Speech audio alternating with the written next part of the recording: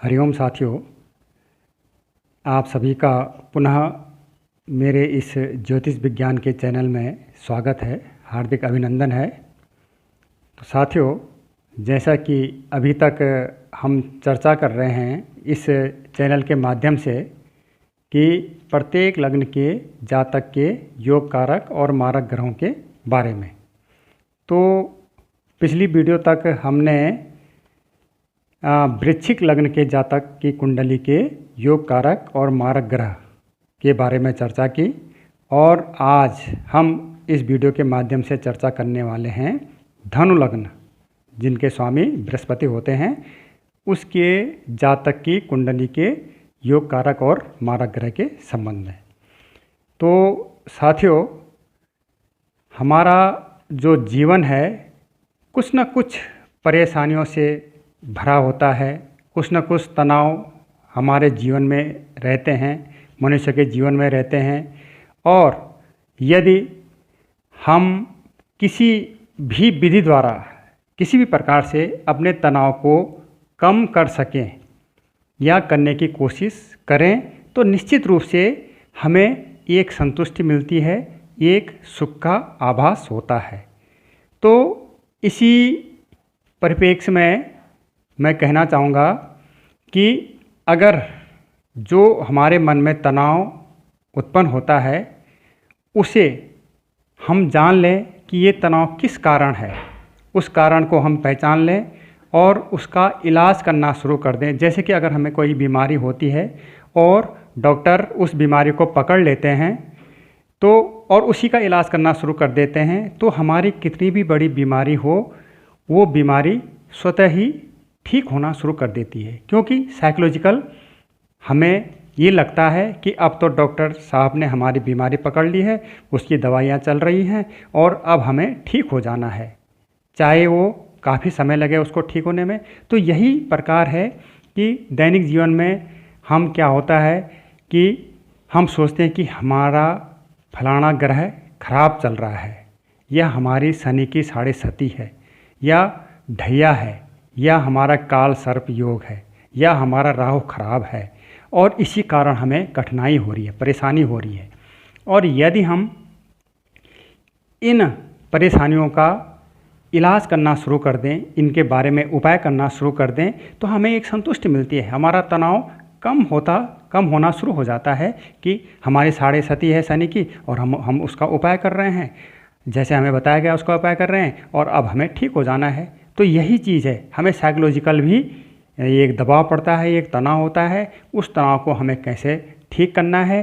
तो मैं काफ़ी हद तक ये कोशिश करूँगा कि सभी का तनाव इस ज्योतिष विज्ञान की सहायता से कम हो जाए, और अगर तनाव कम हो जाए तो निश्चित रूप से हम साइकोलॉजिकल स्ट्रॉन्ग हो जाते हैं और हमारा भविष्य अच्छा हो जाता है। आज हम धनु लग्न की कुंडली के बारे में चर्चा कर रहे हैं। तो जैसा कि नियमतः हम बताते आ रहे हैं कि धनु लग्न का मतलब होता है जिनके ये लग्न भाव है, ये पहला स्थान है, इसमें 9 लिखा होगा, 9 का मतलब होता है धनु, और इनके जो लग्नेश होंगे मतलब 9 के जो स्वामी होंगे, और 9 के स्वामी धनु के स्वामी बृहस्पति होते हैं, तो लग्नेश हो गए बृहस्पति। लग्नेश का भी हमें पता चल गया। और लग्नेश हमेशा योग कारक होते हैं, तो सीधे सीधे बृहस्पति को तो हम योग कारक ग्रह में लिख देते हैं कि बृहस्पति योग कारक ग्रह है। अब आते हैं हम दूसरे स्थान पर। दूसरे स्थान के लिए मैंने अष्टम द्वादश थियरी बताई। मैं बार बार हर लग्न की जातक की कुंडली में इसकी चर्चा जरूर करता हूँ कि दूसरे स्थान के स्वामी अगर लग्नेश के स्वामी के मित्र हैं तो इनके जो स्वामी होंगे वो योग कारक होंगे, और अगर लग्नेश के शत्रु हैं इनके स्वामी, दूसरे के स्वामी, तो वो क्या होंगे, मारक होंगे। और वही बात 7वें स्थान के लिए भी होती है, जो दूसरे स्थान के लिए होती है। अष्टम द्वादश थियरी, अष्टम द्वादश थियरी के मैं फिर अलग से भी चर्चा करूंगा कि ये क्या है। ये बार बार मैं जो अष्टम द्वादश थियरी कहता रहता हूँ, और आप भी सोचते होंगे कि क्या है ये अष्टम द्वादश थियरी, तो मैं अष्टम द्वादश मतलब 8वां और 12वां ये पूरा समझा के आपको बताऊँगा। ये विज्ञान है, ये विज्ञान केवल ये विज्ञान मतलब क्या है कि केवल वैसी धारणाओं पर आधारित नहीं है, काल्पनिक धारणाओं पर आधारित नहीं है, ये विज्ञान सत्य घटनाओं पर आधारित है। इसका एक नियम होता है, इसका एक फॉर्मूला होता है, और चूंकि एक विज्ञान है और विज्ञान है तो इस पर विश्वास किया जा सकता है और विश्वास करना भी चाहिए। तो देखिए दूसरा स्थान 10 का मतलब होता है मकर, मकर के स्वामी शनि, और शनि अगर बृहस्पति के शत्रु हैं तो ये मारक हो जाएंगे। तो शनि क्या है देखते हैं यहाँ पे, शनि बृहस्पति देव के शत्रु हैं, तो शनि देव के इसमें आगे सीधे सीधे हम इनको मारक की श्रेणी में रख देते हैं शनि देव को। तो यहाँ पे लिख देंगे हम शनि देव मारक हो गए। अब एक स्थान जैसे लग्नेश वाला ये कवर हो गया, और एक 12 वाला भी कवर हो गया, क्योंकि 12 के भी स्वामी बृहस्पति होते हैं और दोनों को अच्छा ही स्थान मिला है। और यहाँ पर आप समझ गए होंगे कि कौन सा दोष लग रहा है यहाँ पर, किनको, बृहस्पति देव को केंद्राधिपति दोष लग रहा है। केंद्र में 2 स्थान मिल गए हैं बृहस्पति को, ये वाला और ये वाला दोष लग रहा है। तो ये मारक भी हो सकते हैं। और मारक कब हो सकते हैं, यदि ये कुंडली में, जब हम ग्रहों की बात करेंगे, ग्रहों की प्लेसमेंट करेंगे कि कुंडली में बृहस्पति देव अगर यहाँ पे 6वें में, 8वें में, 12वें में बैठा होगा तो तब हम बृहस्पति देव को मारक में लिख सकते थे। और यदि बाकी स्थानों में बैठे हैं तो बृहस्पति देव उस समय योग कारक में आएंगे। ठीक है, तो चूँकि यहाँ पर तो ये लग्नेश भी हैं तो लग्नेश हमेशा योग कारक ही होंगे। तो यहाँ पर अगर बृहस्पति देव इन स्थानों में बैठे भी होंगे तब भी वो योग कारक में ही रहेंगे लग्नेश होने के कारण। ठीक है, अब दूसरे के हो गए, तीसरे भी कुंभ के स्वामी शनि हो गए, और शनि हमारे मारक ग्रह में आ ही गए हैं। और वैसे भी शनि देव ये वाला अति परिश्रम वाला स्थान है, मेहनत वाला स्थान है, और इसके कारण भी ये मारक हैं तो मारक में आ गए।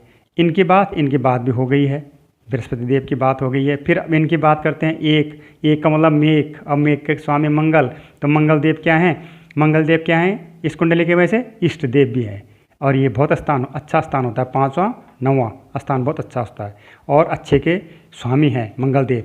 तो मंगल देव क्या हो गए, योग कारक हो गए। मंगल देव को एक स्थान और मिला है, खराब स्थान मिला है, 8 के भी स्वामी मंगल देव होते हैं वृश्चिक के, तो एक खराब स्थान भी मिला है, लेकिन ये एक बहुत अच्छा मिला है, तो इनको हम किस में, योग कारक में ही लिखेंगे। तो मंगल देव भी योग कारक ग्रह हो गए हैं।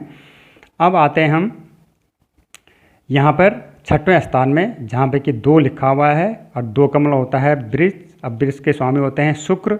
सो शुक्रदेव ये खराब स्थान मिला हुआ है, और शुक्रदेव को एक स्थान कौन सा मिला हुआ है, ये 7 के भी स्वामी शुक्रदेव होते हैं, तुला के स्वामी। तो 7 भी औसत स्थान मिला है, और एक स्थान खराब मिला है, और औसत और खराब मिल करके मारक हो जाते हैं। तो शुक्रदेव यहाँ पे मारक ग्रह की श्रेणी में आ गए हैं। ठीक, अब हम इनकी बात करते हैं। 3 का मतलब होता है बुध, मतलब मिथुन के स्वामी, 3 मिथुन, और मिथुन के स्वामी बुधदेव को फिर वही ये अष्टम द्वादश थियरी लगेगी बुधदेव पर। और बुधदेव जो हैं बृहस्पति देव के क्या हैं, बुधदेव बृहस्पति देव के मित्र हैं, ये मित्र हैं।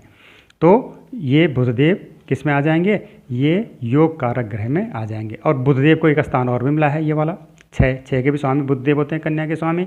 यहाँ पर केंद्राधिपति योग भी हो रहा है, बुधदेव के लिए भी हो रहा है। बुधदेव को भी 2 स्थान अच्छे मिल गए हैं।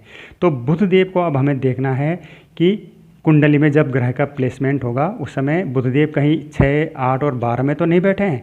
अगर वहाँ बैठे हैं तो उनको हम मारक लिख देंगे, और अगर इन तीनों स्थानों के अलावा कहीं भी बैठे हैं तो उनको हम योग कारक में लिख देंगे। तो बुधदेव, यहाँ पर हम बुधदेव को फिलहाल चलो हम सम की श्रेणी में रख देते हैं अभी, क्योंकि बुधदेव कुछ भी हो सकते हैं, ये समग्रह की श्रेणी में, इसलिए हमने बुधदेव को समग्रह की श्रेणी में रख दिया। हालांकि उनको दोनों अच्छे स्थान मिले हैं, इनके भी मित्र हैं, इनको योग कारक ही होना चाहिए, लेकिन केंद्राधिपति योग के कारण, दोष के कारण हमें अब उनकी कुंडली में प्लेसमेंट भी देखना होगा, और तभी जाके हम निर्णय कर सकते हैं, विश्लेषण कर सकते हैं कि वो योग कारक होंगे कि मारक होंगे। इसलिए मैं फिलहाल हमने बुध को यहाँ पर रख दिया है। अब आते हैं हम इन पे, कर्क के स्वामी चंद्रदेव, और चंद्रदेव को दूसरा स्थान कोई मिलता नहीं, एक ही के स्वामी होते हैं, कर्क के स्वामी होते हैं। तो ये खराब स्थान मिला है। अगर दूसरा स्थान कोई अच्छा मिलता, लेकिन दूसरा स्थान तो उन्हें है ही नहीं, किसी के और स्वामी है नहीं, इसका मतलब चंद्रदेव सीधे क्या आ गए हमारे, सीधे ये मारक ग्रह में आ गए, खराब स्थान मिला है। और दूसरे स्थान से हम विश्लेषण कर ही नहीं सकते, दूसरा स्थान उनका है ही नहीं कुछ।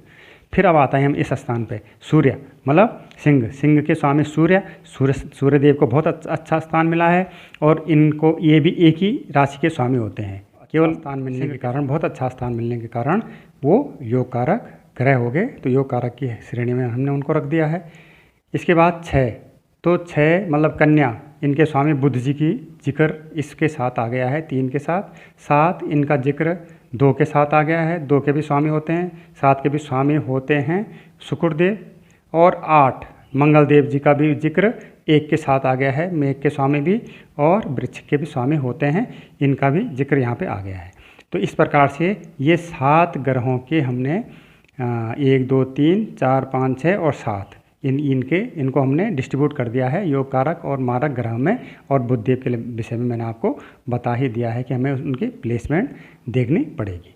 तो इस प्रकार से ये धनु लग्न की कुंडली के योग कारक और मारक ग्रह हो गए। तो साथियों, अभी जैसे हम बात कर रहे थे कि साइकोलॉजी की बात कर रहे थे और ये टेंशन, तनाव की बात कर रहे थे। तो तनाव हमारे जीवन का सबसे बड़ा शत्रु है और उस तनाव को अगर हम दूर कर लें, कभी कभी क्या होता है कि साइकोलॉजिकल हमें लगता है कि हमारा ये ग्रह खराब है और ये ग्रह हमें हमारा बुरा कर रहा है, हम पे बुरा प्रभाव डाल रहा है और हम तनाव में रहते हैं और उसी तनाव के कारण हम बीमार पड़ जाते हैं। जबकि एक्चुअल में माना वो ग्रह खराब नहीं होता है, हमें उसकी जानकारी है नहीं और हमें बेकारी ये महसूस होता है कि ये तो ख़राब है। तो ये जानकारी होना हमें आवश्यक है कि कहीं हम बेकार का तनाव तो नहीं कर रहे हैं, वो ग्रह हमारा वास्तव में ख़राब है कि नहीं है, के बारे में जान लें। हम अनावश्यक टेंशन न पालें कि ये ग्रह हमें हमारा ख़राब कर रहा है, क्या पता वो अच्छा कर रहा हो। तो अगर हमें इस प्रकार से सारा कुछ पता हो तो हम तनाव से बच सकते हैं और अपना जीवन अच्छा कर सकते हैं। तो साथियों, इसी प्रकार से मैं और भी महत्वपूर्ण वीडियो आप लोगों के साथ शेयर करने की कोशिश करूंगा और ताकि मेरे सम्मानित ज़्यादा से ज़्यादा साथियों को इस चीज़ का लाभ, इस ज्योतिष विज्ञान का लाभ मिल सके। और प्रत्येक से संबंधित मैं अलग अलग छोटी छोटी वीडियो बनाने की कोशिश करूंगा। तो आप इसी प्रकार से अपना प्यार मुझे देते रहें और चैनल से जुड़े रहें और जब तक कि दूसरी वीडियो में अपलोड करूं तब तक के लिए आप सबके लिए शुभकामनाएं। धन्यवाद।